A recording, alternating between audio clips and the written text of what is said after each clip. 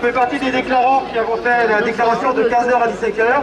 Donc on a une petite particularité, c'est qu'on a un syndicat de police. Voilà. Opposé à la loi qui est proposée aujourd'hui.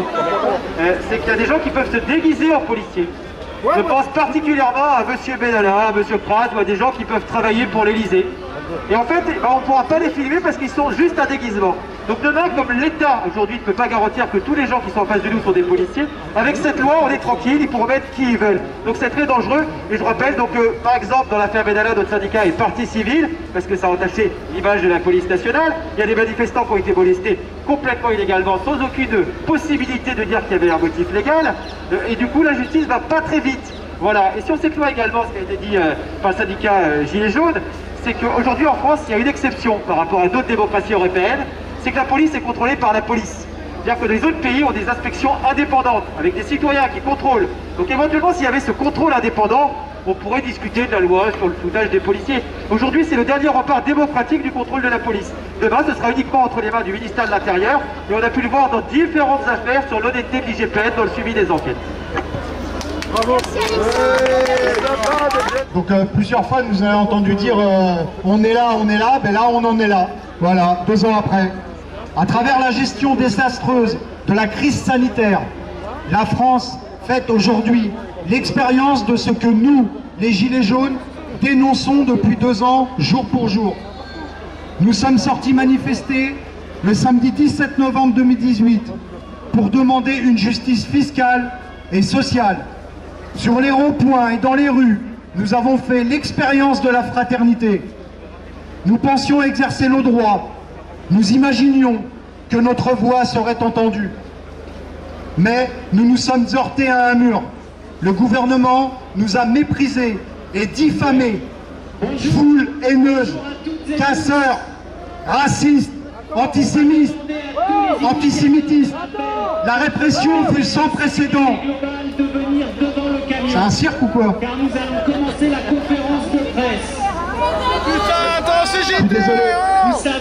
Vous savez que nous sommes... Je sais pas qui ils sont. Je suis désolé, hein. Vas-y, continue, Fauzi. Ouais, je vais reprendre, du coup, je suis désolé.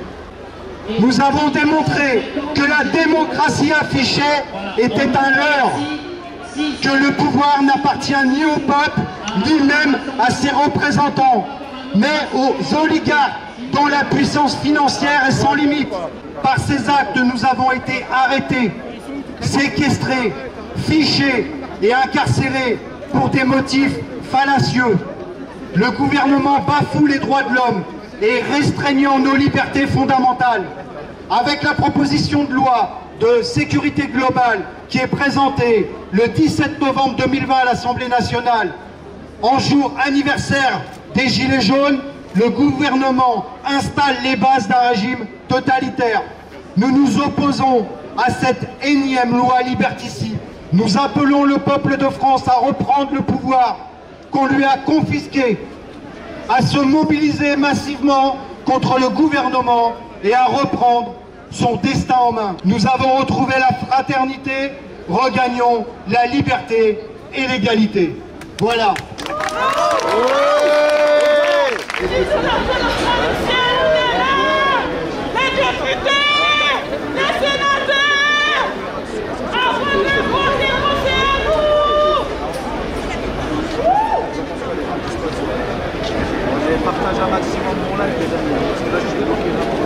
Je ne vais pas répéter ce qu'a dit Emmanuel Poupin, à juste titre. Il faut dire que c'est une mobilisation d'ailleurs bien plus large que les journalistes. Qui est organisateur de ce rassemblement. C'est un peu une mise en abîme ce soir parce que vous avez des journalistes qui filment des journalistes. Les policiers ne veulent pas être filmés parce qu'ils ne veulent pas être sous le regard et des journalistes et du contrôle citoyen. L'ONU hier a rappelé que cette loi ne pouvait pas être passée. Vous avez toutes les associations de droits de l'homme, tous les syndicats de journalistes, toutes les associations professionnelles de journalistes qui sont là réunies aujourd'hui pour que cette loi ne passe pas.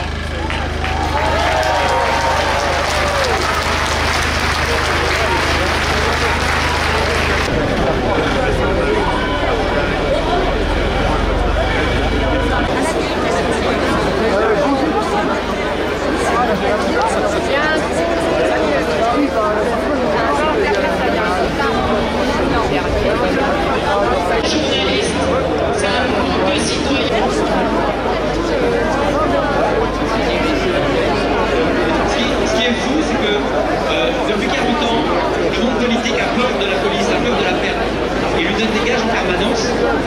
sur la police, on ne comprend plus les sociétés, on n'a plus les moyens d'agir par rapport à tout ça.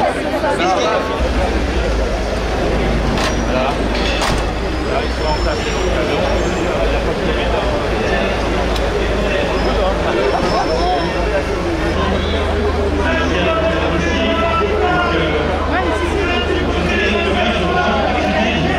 C'est une association de critique des médias. Donc, je voudrais présenter les professionnels de la profession, même s'il y a des journalistes de la journée. C'est plutôt les lecteurs, les auditeurs, les téléspectateurs, matériel, arrestation et violence physique sans précédent par la police. Multiplication des lois tentant de verrouiller l'information, loi secret des affaires facilitant les poursuites de nouvelles possibilités.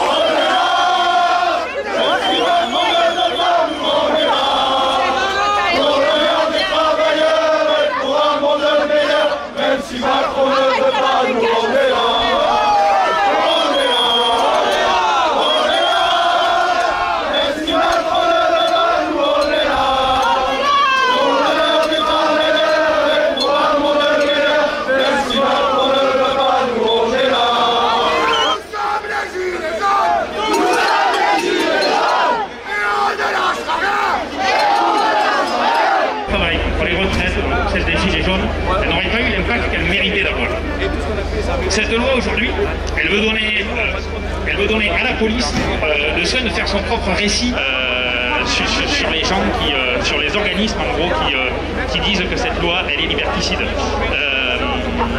Les avocats le disent, les magistrats le disent, le Conseil constitutionnel, la Cour européenne de justice et même l'ONU condamnent l'orientation de la France. Des bandeaux sur les yeux.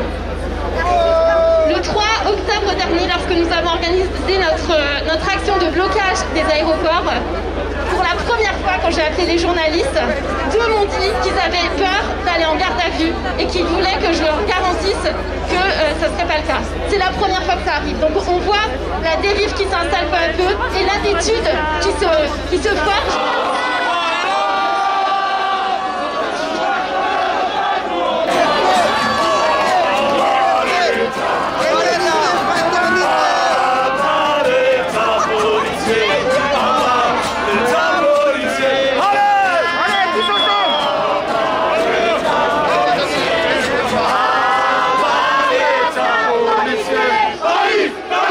Soulève-toi,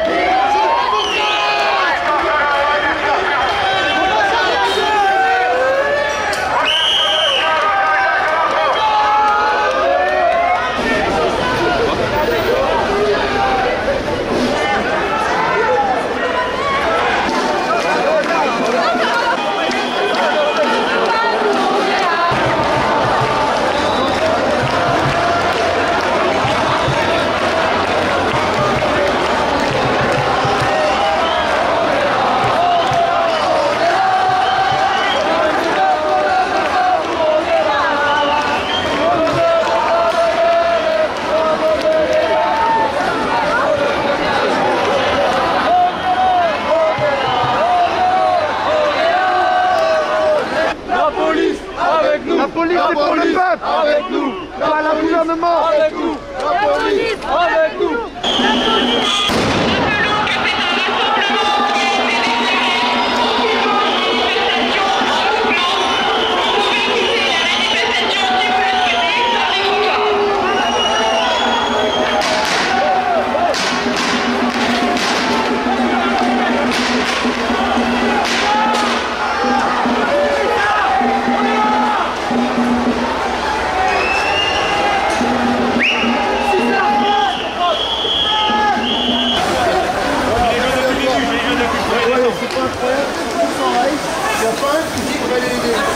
Activez ça pour pas que ça prenne feu dans le bâtiment. Pour les autres.